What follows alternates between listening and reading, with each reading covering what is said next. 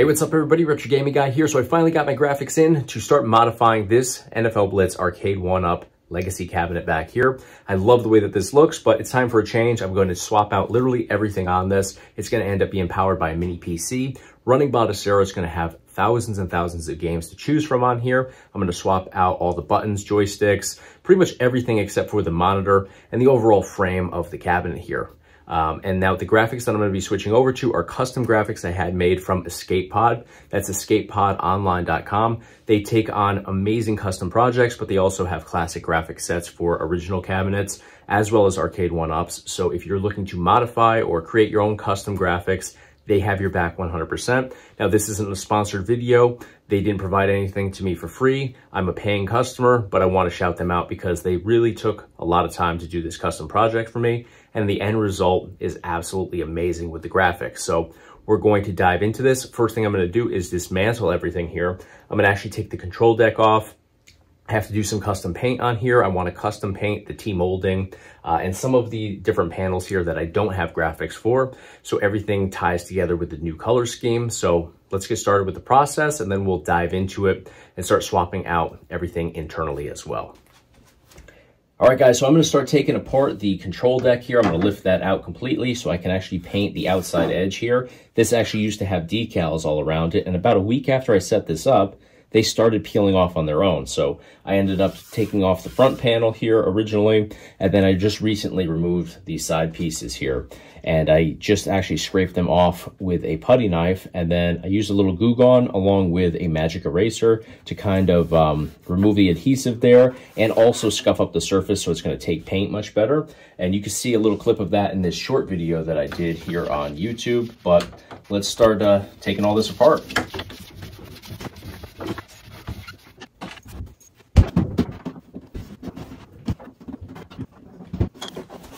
All right, so I just flipped over the control deck here because I'm just going to use it in place as a sawhorse, basically resting on the cabinet. I haven't painted anything yet, so I'm not at risk of scraping anything up or dinging anything. So there's a bunch of screws I have to go ahead and remove to actually lift this back panel off and access the back side of my buttons. So we've got 1, 2, 3, 4, 5, 6, 7, 8, 9, 10, 11, 12, 13 different screws that need to be removed in order to access the back side here. So we're going to go ahead and get started.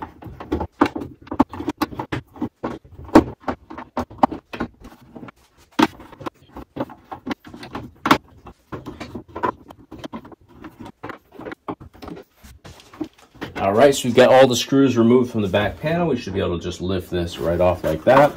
And I'm going to end up painting the outside edge here.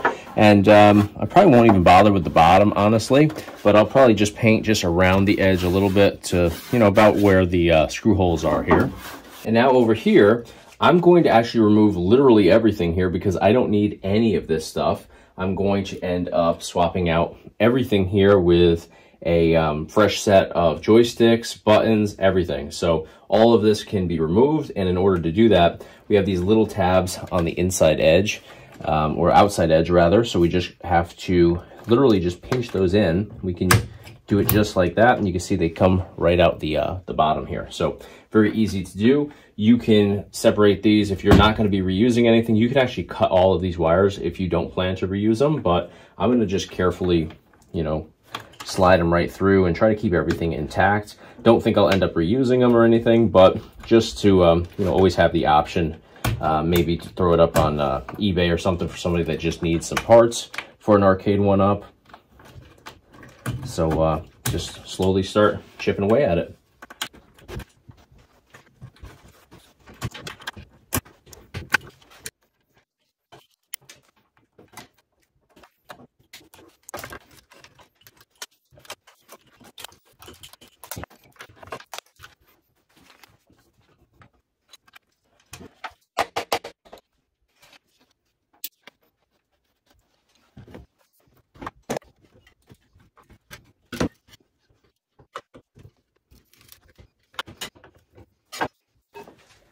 So the next thing I'm going to do is I'm going to take the side panel off here because I need to swap out the marquee up here, but I also want to tape everything off because I have to paint all of the T-molding everywhere. And I think taking one side off will make it a little bit easier to not only paint this side, but to hit all the edges of everything else as well. So I'm gonna get started.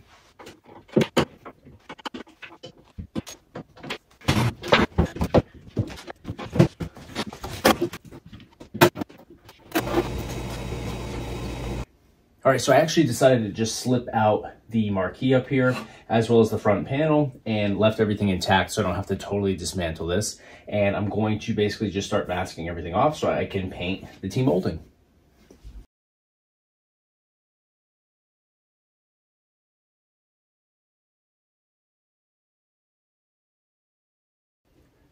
All right, guys, so I just changed out all the paint colors here, obviously on the T-molding. It actually came out really nicely. I had to mask everything off, as you saw. And I've still got some of this apart right now, but I'm going to actually pop out the screen because I need to swap out the graphics on the bezel. There's not much on here stock right now from what's left over from the Blitz, but we do have a little bit of graphics up here at the top. So we're going to cover all that up. Let's get started.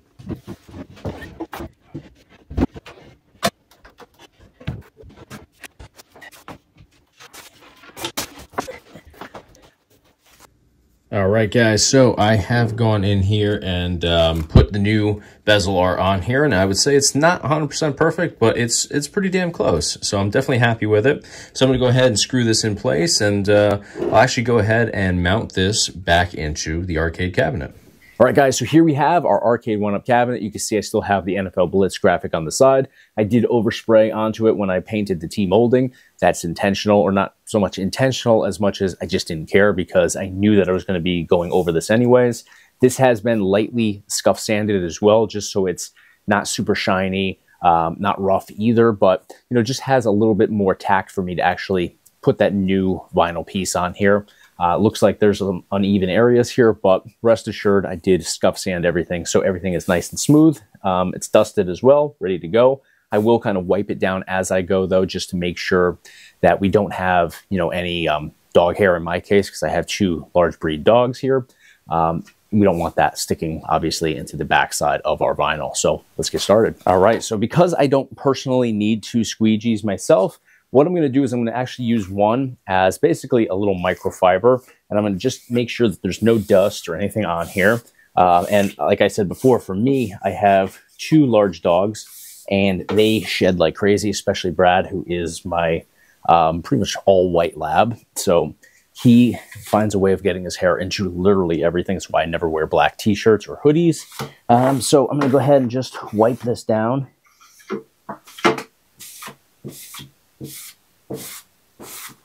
And you can see I still got a little bit of the yellow dust from when I did sand on there, even though I wiped this down multiple times. So I'm just going to kind of clear that off. And you can take some tape like this. I have just some painter's tape here, and you can just kind of rub that along the felt, and you'll get all that off very easily. So that is easy to do when you want to reuse this. Just like that, it all comes off. You can see just like that. A little bit of yellow color on there, but nothing's really stuck to it. So let's go ahead and bring in our side art graphic here. So I've actually laid this out on the wall just to get some of the bends out of this, but this is the new art right here. So I'm just going to line it up across here, and we're going to be taking some of the graphic off, actually. So I'm not so much worried about lining it up perfect here. Just want to get it close to where it stays.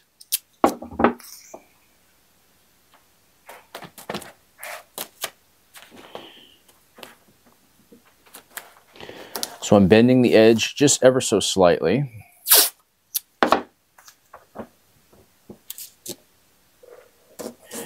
And that is the nice thing about having the graphic oversized. So you can see it goes around both edges here nicely. I just want to make sure that obviously the logo itself doesn't wrap too much to where we are, removing too much. And the same thing down here. We want to make sure that this edge lines up, and it doesn't. So we need to slide this over a little bit more to the left.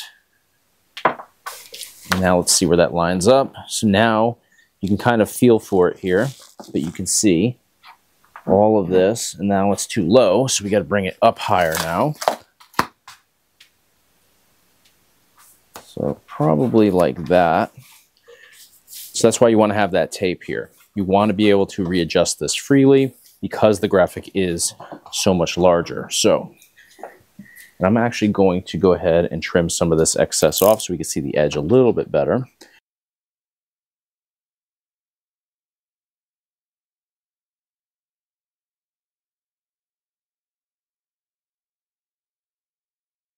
Looks like we're good there. So now what we're going to do is we're going to come up here and we are going to start peeling back the backside so we can stick this down.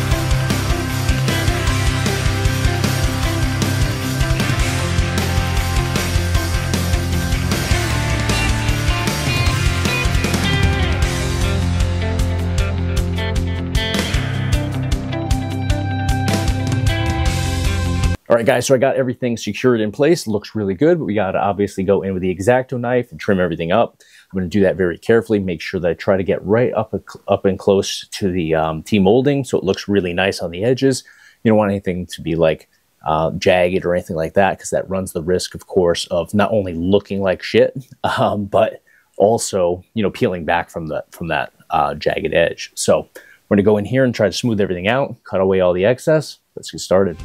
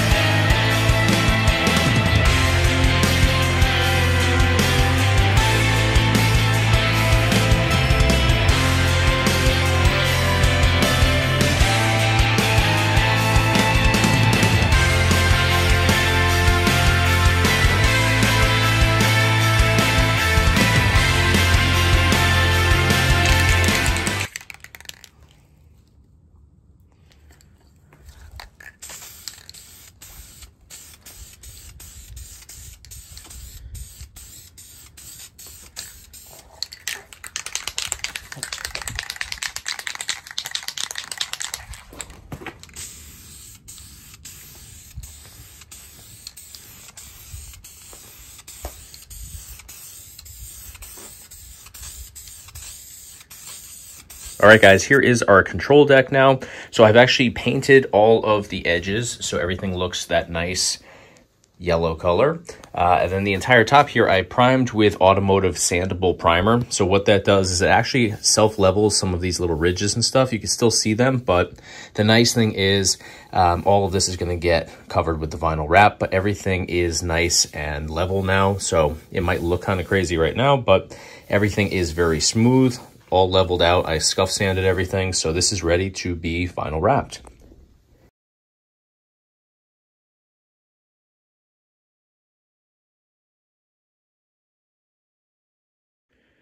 All right, guys, here is the end result here. Everything has been trimmed to size.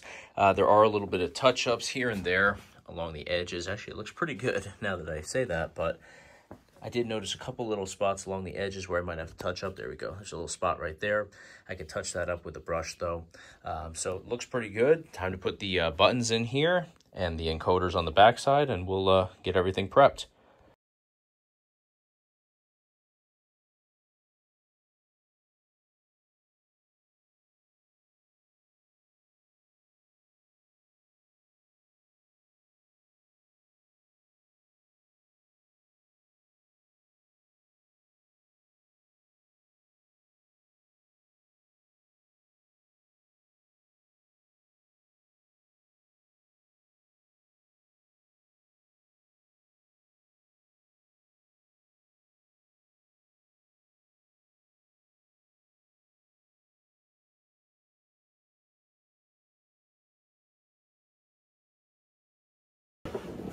All right, guys, so I've got everything on here. You can see all the buttons are in place. I haven't put the tops of the joysticks in yet, but everything's ready to go. So I just dropped in all of my USB cables, and I am going to neaten that up from the inside.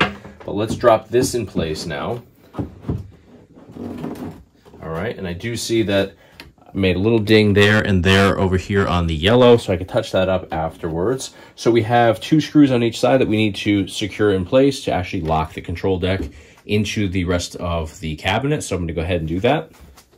All right, guys, so you'll notice I have 1 screw right here, 1 screw right there, and I actually decided to not even bother with the other ones because this is actually locked in place really nicely. There's no give to this, there's no movement whatsoever. So in all honesty, there's really no point in adding the other screw. If I notice later on that it actually starts to shake or it loosens it all, then I'll go ahead and add those in. But for right now, I don't really want to ruin my control deck with more screws that just don't seem necessary. So I'm going to go ahead and get started with the joysticks on here. We're going to put those in place, and we should be pretty much ready to start modding this internally.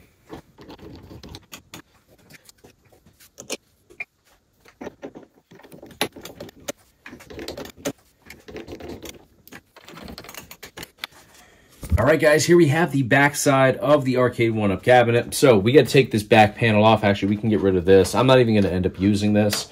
So I'm just going to go ahead and unscrew that just so that's detached here. I could fully remove it. I'll probably just leave it there in all honesty.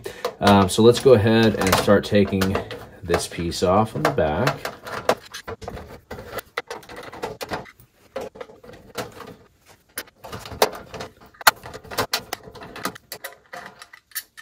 All right, so carefully remove this. We'll just flip this around.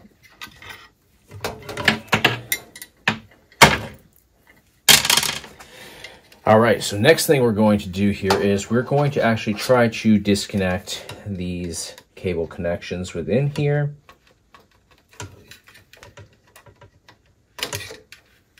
And sometimes if you use a screwdriver, it does safely remove those. So this one, we're going to just kind of rock back and forth. There we go. And we can actually fully remove this now. All right, guys, we got that removed. Now we're going to bring in our LCD controller board right here. So what we'll do next is, you can see we have a couple connections hanging out the backside of our Arcade1up monitor. So first thing we're going to do here is we can actually grab this piece, and that is going to connect over right here. So just have to line this up. Now you want to make sure that you get it perfect. You don't want to cross thread it or, you know, force anything in there unevenly, because those pins are very easy to break off.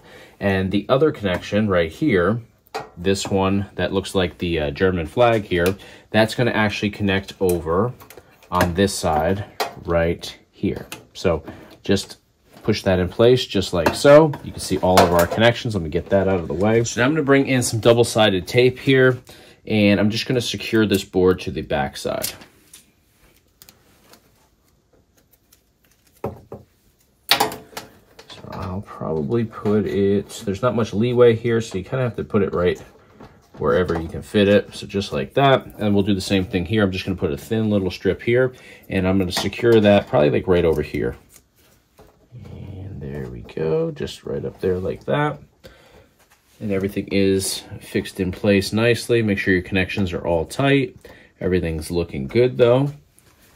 All right, guys, so now that everything is in place, we're gonna bring our mini PC into the mix. Now I have the mount already secured to the backside of the mini PC. So I'm just gonna actually mount the mount now to the inside of the wall here. So I already pre-drilled it, so it's ready to go. All right, so that's locked in place. Now you can see I put a HDMI cable here coming out of this board. The other end of that is just going to simply plug into the back side of the mini PC. Just like that. Now we have right over here our speaker cable. That's going to get plugged into the audio jack in the front of our mini PC. And depending on what mini PC you have, it could be in the front or the back. Just depends on the exact model and make. We're ready to actually start bringing in our encoders to the mini PC here. Now, this mini PC has 4 USB-A ports on it, but I want a little bit more than that. So I'm going to use an adapter. So I have an adapter here that's going to give me some additional connections. You don't have to use this, but here I have 4 connections that need to go in here. That's going to use all the USB-A ports. And I do want to have access to more than just 4 on here. So I'm going to just connect this over to the Type-C port, which I have right over here on top. And I'll actually secure this in place somewhere over here later on. For right now, I can just kind of let it hang. So let's go ahead and grab our encoder USB-A connections, and we'll start making those connections to our mini PC. So I'll put actually a couple in here this way. So we'll go up here. And I still have the 2 USB 3 ports on top. I'm going to leave those empty. And we're going to bring these into the bottom here.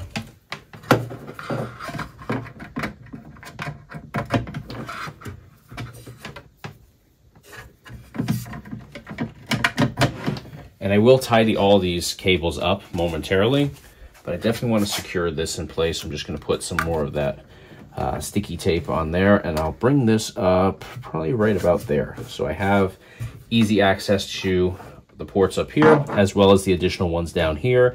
And then the end has Ethernet and a VGA. Not that I'm going to use them, but if I ever wanted to for whatever reason, they're easily accessible right here on the inside wall. So we're pretty much all set at this point. All right, so now that we have all that in place, now it's time to bring our SSD with all of the games on here into the mix. So I'm just going to secure that. I have a 4 terabyte SSD within this enclosure. This connects via USB connection. So I have a USB right up here on the top. Go ahead and make that connection. There we go. So now that the SSD is in place, we have to just provide power to the mini PC. So I have the power cable right here. Plugs in right there. And then for now, I'm going to plug this directly into the wall, but I will end up putting a power strip in the base down here. So all it has to do is just plug right down there. And then from there, I'll plug into the wall right out the bottom of the Arcade1up. All right, guys, so we have finally finished the Indiana Jones and the Temple of Doom Arcade1up modification here. This, of course, used to be the NFL Blitz Legacy Cabinet from Arcade1up. Now it is Indiana Jones and the Temple of Doom. So very nicely put together in the end. I'm really happy with it, but it was not a quick process. This took me about 3 weeks to complete. Now, part of that is because I took my time. I could have done this in probably a couple of days with considering the fact that I painted everything here. Like all the T-molding is not replaced, it's actually painted. So the whole painting process here, and I did remove a lot of the holes that were in the control deck here. That took time to put Bondo, then to let it dry, reapply, sand, prime, paint, all that stuff. It definitely took time, but could have done it in a couple of days if I really rushed it. I wanted to take my time though, and I definitely made some mistakes along the way. The majority of this was done quite well, and then my biggest screw up was the monitor here. So the monitor actually was going to be salvaged. I actually tested the original monitor. It worked perfect. And then I tidied up some cables in the back and basically plugged in the wrong power supply cable to this and fried the hell out of it. In fact, it started to smoke considerably, little open flame in the back. And yeah, I was lucky that it only damaged the backside of the screen. So I replaced the screen, everything's working great. I'm gonna show you guys around the entire cabinet here. And then we're actually going to kind of just scroll through what the offerings are in here in terms of games and game collections so you can see what is on here. It doesn't mean I'm gonna be able to play everything with the mini PC that I have installed, but I'll kind of tour through everything and show you guys what's possible on here and all that good stuff. Let's take a closer look. All right, guys, here is the side art over here on the Indiana Jones and the Temple of Doom Arcade1up mod. Here's the front. You can see the marquee up there. We've got the screen, bezel artwork around the screen, control deck right here, 3-button configuration, start button up here at the top for each player, different color joysticks, Button configuration is the same color scheme throughout. Now, what we ended up doing here is I actually left it with just 3 button configurations here. I didn't add extra buttons from the NFL Blitz. That was intentional. I do have the option to add an additional button to each one of these, although it gets a little funny over here. That's why I decided to leave it at 3. I'm actually going to be doing another Arcade1up mod very soon that's going to have 5 buttons. So I figured, you know what, I'll just leave this as is. And if there's games that I need to play with more buttons, I'll play it on the other option that will be coming very shortly. So start button again for each one of these. The only thing that I wasn't sure was going to pan out, but it totally did, was I created 1 coin button here. And the idea was I didn't want to have a coin button for each player. I was thinking about doing it and then putting it on the front here, which wouldn't have been a bad idea at all. But I wanted to have less buttons on here, obviously. That's why I went with 3. But the coin button is actually a universal coin button, so it works for all 4 players.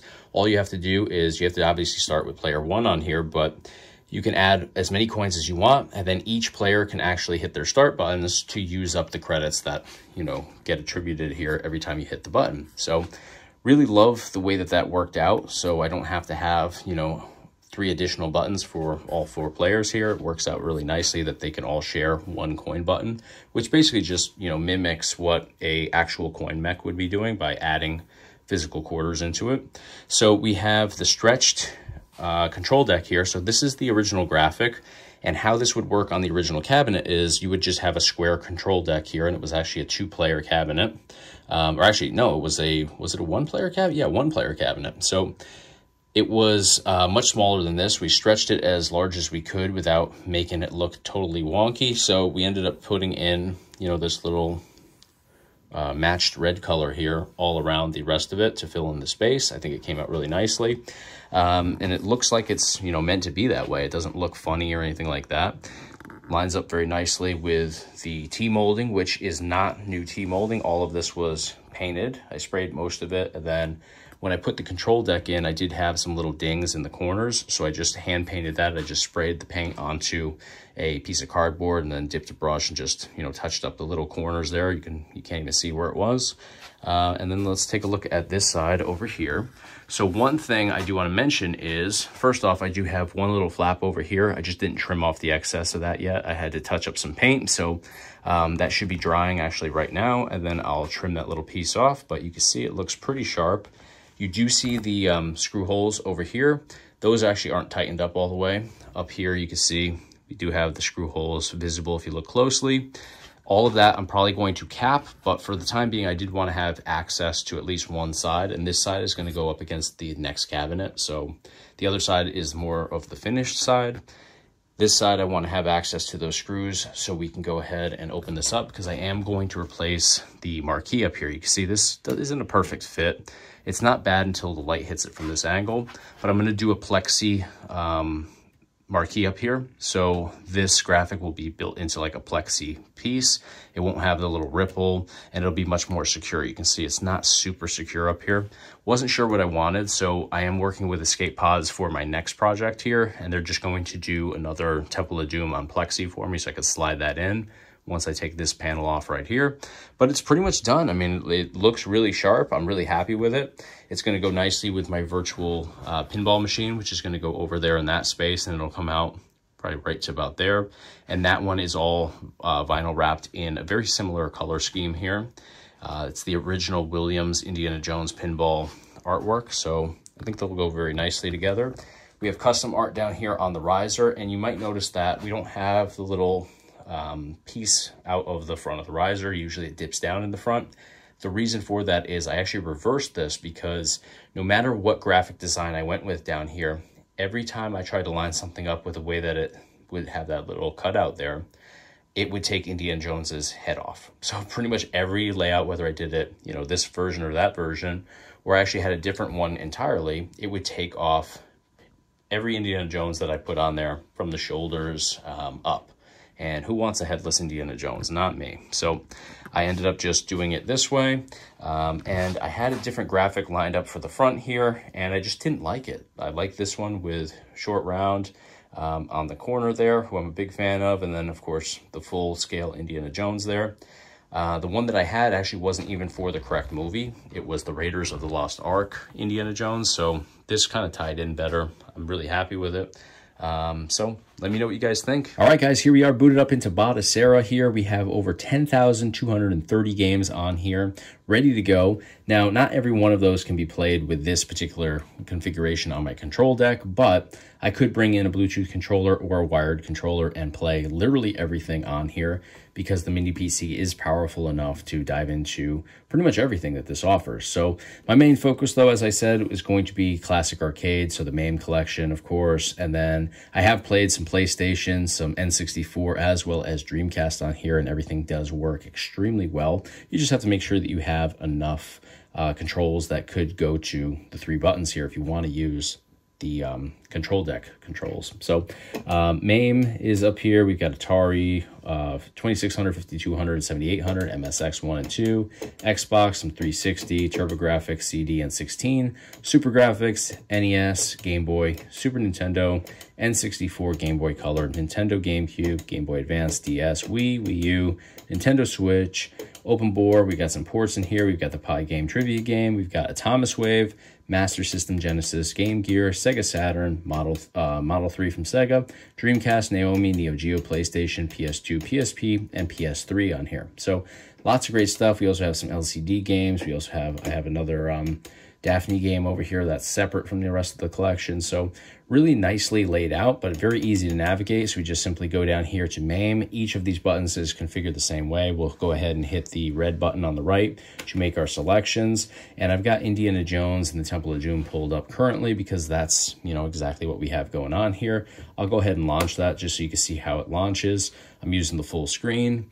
It shows a screenshot as it loads in rather than a loading screen. And there we go. We've got the game ready to go. So I have the coin button, which is usable for all players. This is a one-player game, but for the games that do have multiple players, you just hit the coin button. You can see the credits get added, and then you go ahead and you hit your start button here. Jumps you right in, and you're able to enjoy your favorite titles. So I'm going to actually jump out of this. And I've configured the hotkey function as start and then the green button down here at the bottom. So we can jump out of games very easily. We can back out as well. So my other favorite game is, I actually have it in the Dreamcast selection or collection here. And that is, of course, Gauntlet Legends. And I actually considered making a cabinet for this game as opposed to Indiana Jones, but I decided on Indiana Jones because it was a little bit easier with the control deck configuration. So we'll jump in here, let it load up. You can see it plays Dreamcast very well. It's kind of skipped that load-in screen there. And I will jump into the game so you guys can see exactly how this actually performs with a more advanced game than Classic Arcade, because Classic Arcade certainly isn't that difficult to emulate, but Dreamcast is a little more challenging. Go, go!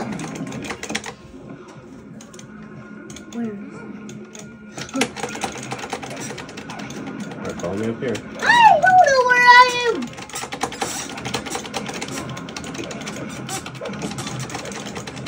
Right.